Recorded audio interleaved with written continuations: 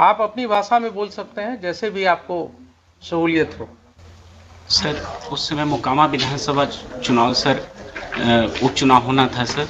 उसमें सर बहुत सारा हम लोगों को इनिशिएट करना पड़ता है right from the after announcement of the election and after the conclusion of election. इस पीरियड में सर जो प्रिवेंटिव एक्शंस के तहत प्रोसीडिंग्स इनिशिएट करने पड़ते हैं सर। कोई तो बेसिस होगा ना एसडीएम साहब। सर ऑन द रिपोर्ट हम भी उस गांव के अगर रेसिडेंट हों, मान लीजिए हमारे गांव में एक थाना हो और हम वहां के रेसिडेंट हों,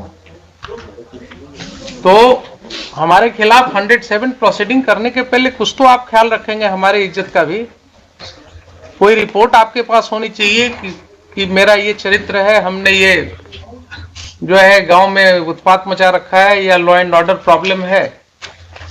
तो ऐसी स्थिति में आप समझ सकते हैं कि कोई आशंका आपको होगी, कोई ऐसा विश्वास होगा कि यहाँ पर कोई घटना घट सकती है। ये जो लोगों के खिलाफ 107 आपने शुरू किया, इनके बारे में क्या इनपुट्स थे आपके पास? On the basis of police reports, sir, that has been. But police report is nowhere showing any input. Please come to your records. दीजिए एसडीएम साहब को, साथ साथ वकील साहब भी देखेंगे। आपने जो पहले डेट की जो तारीख में लिखा है, उसमें देखिए क्या मटेरियल था आपके सामने 107 का प्रोसीडिंग इनिशिएट करने का। सर, थानाध्यक्ष सामियागढ़ ओपी द्वारा 18/22 के प्रतिवेदन जो धारा 107 दंड प्रक्रिया संहिता के अंतर्गत कार्रवाई हेतु प्राप्त है एवं अनुमंडल पुलिस पदाधिकारी बाढ़ द्वारा अग्रसारित है का अवलोकन किया गया। प्रतिवेदन के अवलोकन से प्रतीत होता है कि आगामी विधानसभा चुनाव 2022 के अवसर पर विधि व्यवस्था की समस्या उत्पन्न करने की संभावना के कारण स्थिति काफी तनावपूर्ण है।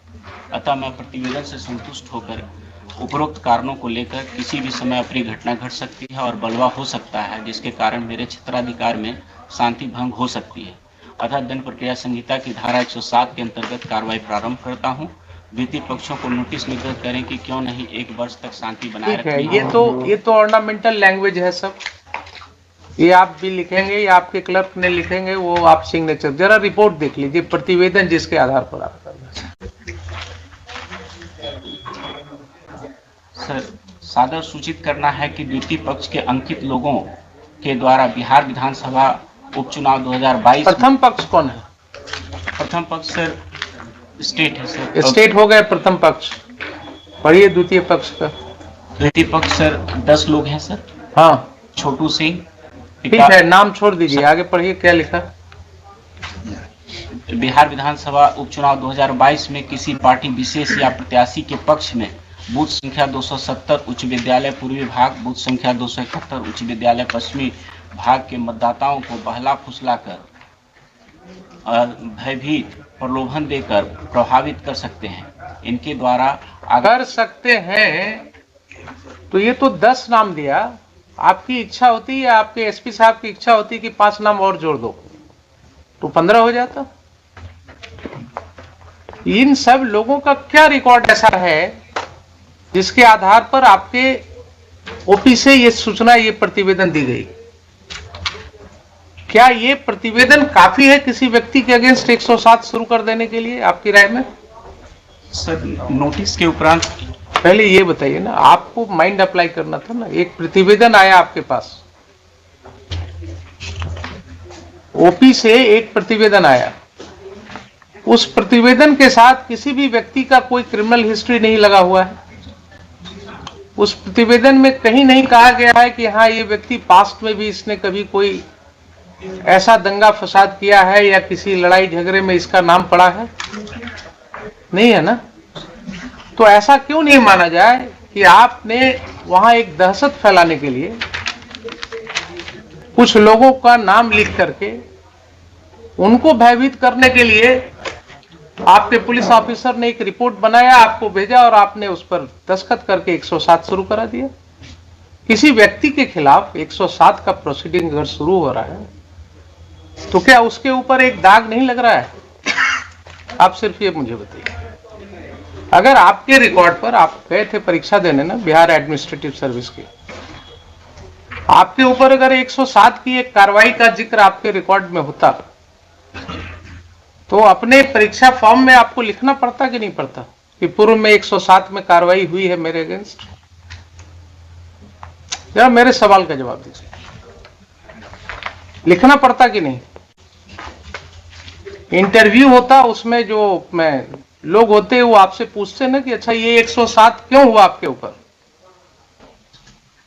क्या जवाब आप देते? बोलते साहब ये तो पुलिस वालों ने ऐसे ही कर दिया, मेरा तो रिकॉर्ड बिल्कुल क्लियर है।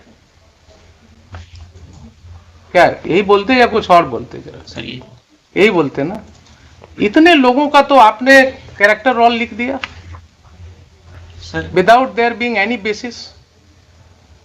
हम ये नहीं कहते हैं कि आप 107 नहीं कर सकते। इन appropriate cases yes you should do, you can certainly do it, but इतने लोगों के खिलाफ 107 का नोटिस देने के पहले क्या आपको आश्वस्त होने की जरूरत नहीं थी?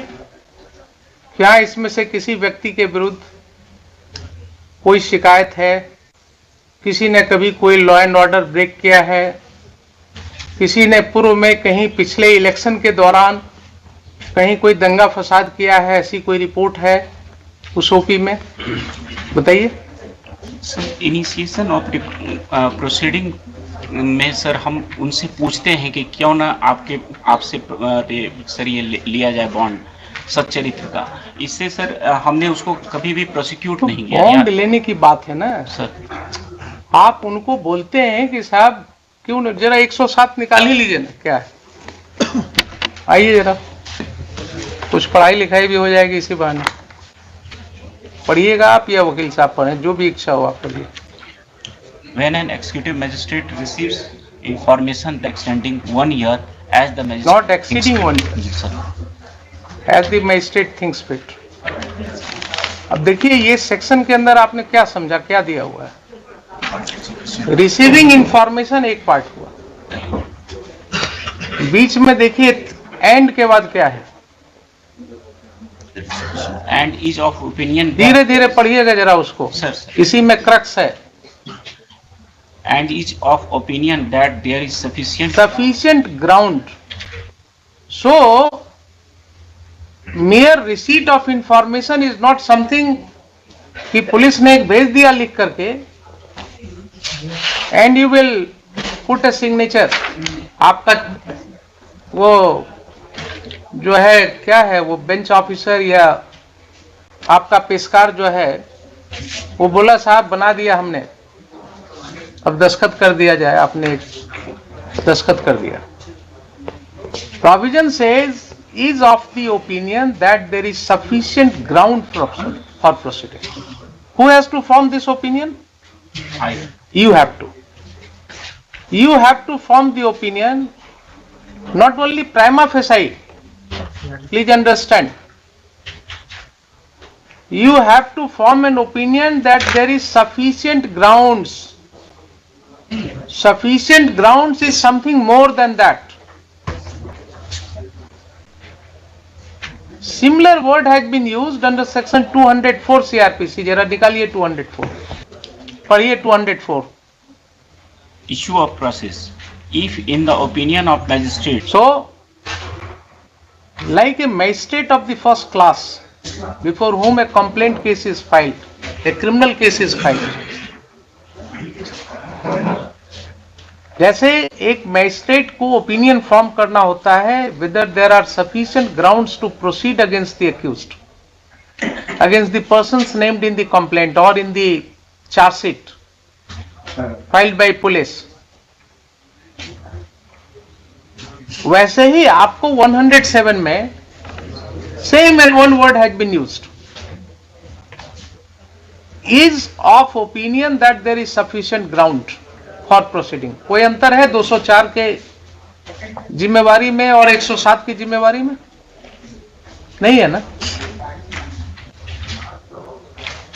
To mere filing of police report without any material on the record, police जब चार्जशीट फाइल करती है तो उसके साथ पूरा इन्वेस्टिगेशन का ब्यौरा होता है, केस डायरी होता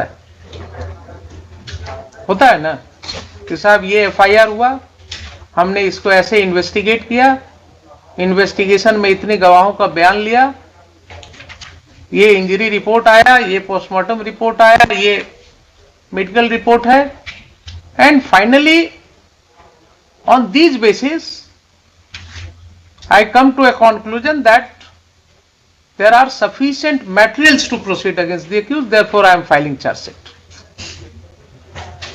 So when these matters go on the record before the learned magistrate, he would look into that and then he will form an opinion that yes, there are sufficient grounds to believe. Why these obligations have been cast upon the magistrate and the competent authority under section 107? Why this responsibility has been cast upon them? Because issuance of summon to anybody, issuance of warrant to anybody is a serious matter. The Honorable Supreme Court has held it